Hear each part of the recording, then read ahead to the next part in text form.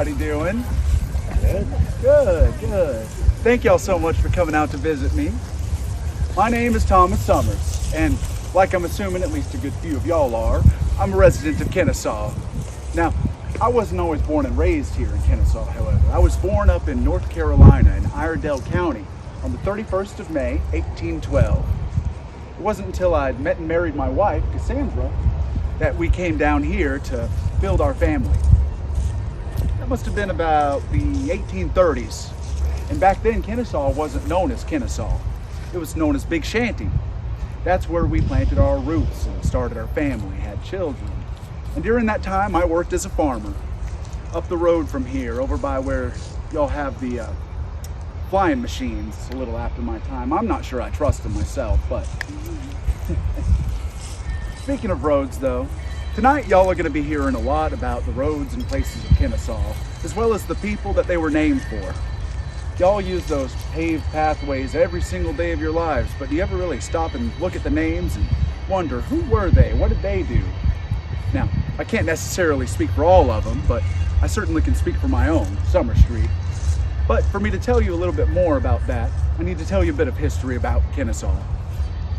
As y'all probably know, the 1800s were very eventful for Kennesaw. In the 1860s, our nation split and we fought a great big civil war. I had 3 sons who served in the Confederate Army at that time, and they were likely trained around here in the land surrounding it. This used to be known as Camp McDonald. It was a great big Confederate training camp that was one of the most significant in the war efforts. And it also became quite central to life in Kennesaw at the time. You'd be able to walk up and down Main Street and hear the hollering and the laughter coming from Camp McDonald from all the boys. But that doesn't necessarily answer why Summer Street. Why name a road after a humble farmer? Well, I suppose it's right place, right time.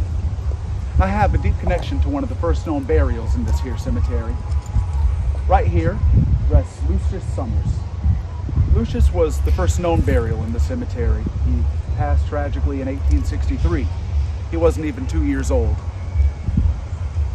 And that devastated me and Cassandra something fierce. When Cassandra passed away, she came and joined us.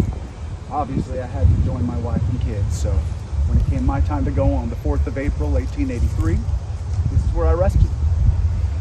I suppose it's us being early adopters of this cemetery that inspired the city to memorialize us in the name of a street name. And for that, I'm sure grateful.